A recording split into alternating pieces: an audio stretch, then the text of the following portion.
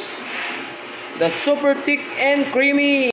Naghahanap pa kami ng mga resellers guys, nationwide. No? Meron kaming maraming stocks dito. So tuloy-tuloy ang aming production dito sa aming commissary. Dahil meron tayong mga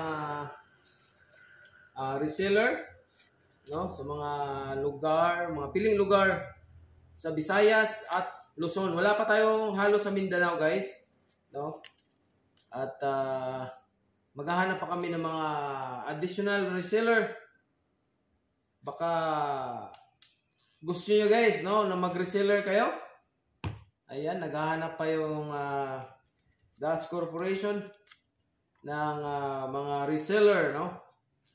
Malaki-laki yung makukuha yung discount, no? Dahil pag bumili kayo ng 24 jars, may libre pa kayong isang jar. At hindi lang yan guys, discounted pa yan, may discount pa kayo niyan. So bawat piraso guys, meron kayong 30 pesos nito na profit, no? Bawat isang jar, may 30 pesos kayo guys, saan pa kayo, no? So naghahanda na kami guys na makarating ito sa Luzon, Visayas, and Mindanao, no? Ito ay hindi ordinary na peanut butter, no? Local brand ito, pero yung consistency nito guys, no, yung pagka-creamy nito ay tunay na creamy yan. Ayan, pakita ko sa inyo guys.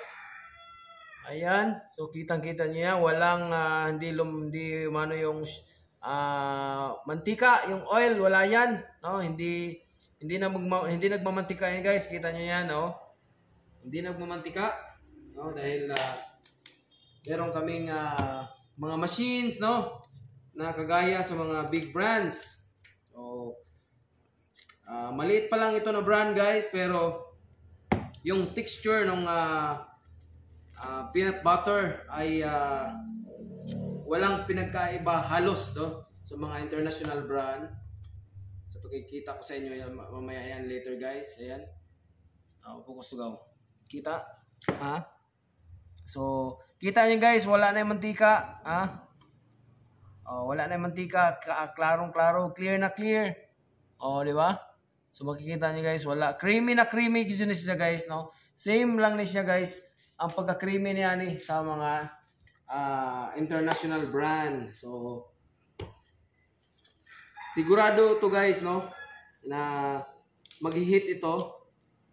So malaking trabaho pa to guys, malaki pa yung tatrabahuin namin para sa pag-market nito. So meron na kami mga lugar, no, may mga nakipag-partner na rin kami sa mga distribution, no, at mayroon tayong mga independent na bibenta rin ito guys, no? May mga ahente tayo na nagbebenta rin ito. Baka ito ay mapunta rin sa inyong lugar, no? At makita niyo yung brand namin. Pag nakita niyo yan guys, no, try mo yang bumili para matikman mo yung aming produkto. Ito ay local brand, no? At registered ito, no, sa Intellectual Property Office of the Philippines. Yan, so yung brand ay naka-register yan, nakapangalan sa atin yan guys, at walang pwedeng gumaya niyan sa pangalan na yan dahil nakarehistro yung brand na yan sa atin, no? So, mula dito sa Southern Leyte, ayan, Friends Peanut Butter Manufacturing, direct manufacturer kami guys. So, makakuha kayo ng malaki-laking discount, no? Dahil may naka-promo yung aming this month, naka-promo. So, ano pa hinintay nyo guys, no? Mag-reseller na, no? Huwag na maghintay sa ayuda guys. Ayan. Sobra pa sa ayuda to guys pag nakabenta kayo ng 100 jar, no? Bawat buwan. So, maliwanag na 3,000 pesos yan guys, no? At hindi lang yan, may pa-extra pa kayo dyan. May libre kayong isa bawat 24 jars, no? Sa isang box, meron tayong 48, may libreng 2 jar. O, di ba? Saan ka pa? No? Friends, creamy peanut butter lang. Tunay na creamy, local na local.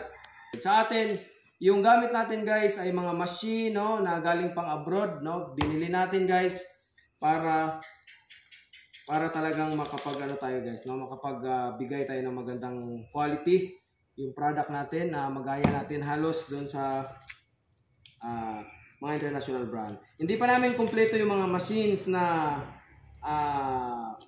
kailangan namin sa manufacturing, pero pwede na, makapagbenta na kami, no? At yun nga lang ay manual labor. Katulad nito guys, yung ginawa namin manual nung pagkakalagay ng sticker, pagka-label. So malaking oras yung gagastusin namin. Pero okay lang yan guys, goods lang yan dahil nag-start pa lang kami. So yan lang muna guys. At sa mga hindi pa nakapag-follow, pag gusto nyo ma-inspire, follow, no? Team Friends Baker. Yun lang, at happy Saturday everyone. Bye-bye!